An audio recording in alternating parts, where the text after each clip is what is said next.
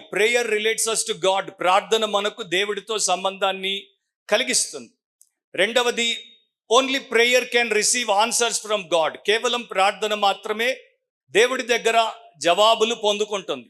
And only prayer can revive us for God. దేవుడి కొరకు మనల్ని నిరంతరము చైతన్యవంతుల్నిగా, ఉజ్జీవము కలిగినటువంటి వారిగా, అంటే నిర్వీర్యం అయిపోకుండా, వెనుకంజ వేసి బ్యాక్ స్లైడ్ అయిపోకుండా, మన ఆత్మలో దేవుని ఆత్మ పెట్టినటువంటి అగ్ని ఆరిపోకుండా మండేటువంటి వారముగా 365 దినాలు ఉండాలి అంటే దానికి ఆజ్యము, అంటే దానికి ఫ్యూయల్ ప్రేయరే. So prayer is the energy for the engine of our life.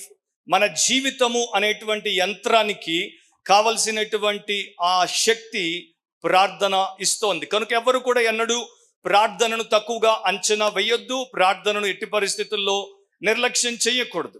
ఇక్కడ ఇంకో విషయాన్ని కూడా తెలుసుకోవాలి. ప్రేయర్ ఈజ్ నాట్ ఎ మంత్ర. ప్రార్థన అనేది ఒక మంత్రం కాదు. నాకు కావాల్సిందల్లా, నాకు కావలసినప్పుడు దేవుడి ఎదుట నేను ఆ మంత్రం వల్లిస్తే వెంటనే ఆయన నాకు దాన్ని ఇచ్చేస్తాడు అనుకోవడానికి వీల్లేదు.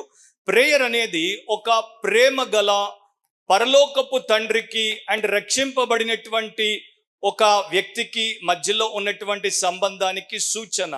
ఒక చెడ్డవాడైనటువంటి తండ్రి తన బిడ్డలకు మంచి ఈవులు నెరిగి ఉండగా, ఆ ప్రేమ స్వరూపుడు, పరిపూర్ణుడు, పరిశుద్ధుడైనటువంటి పరలోకపు తండ్రి తన ప్రేమతో ఎంపిక చేసుకున్నటువంటి పిల్లలకు దానికన్నా శ్రేష్టమైన ఈవులు ఇస్తాడు.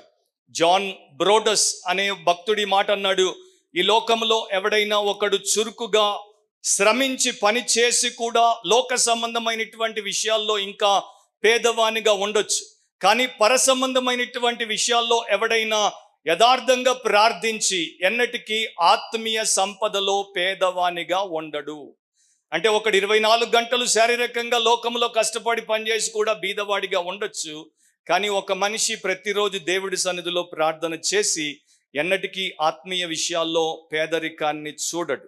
So prayer is infinitely enriching. అంటే ప్రార్థన అనంత కాలము, అంతులేని సమయము అది మనల్ని గొప్పగా దీవిస్తూ ఉంటుంది, మనకు కావలసినటువంటి సంపదనిస్తుంటుంది.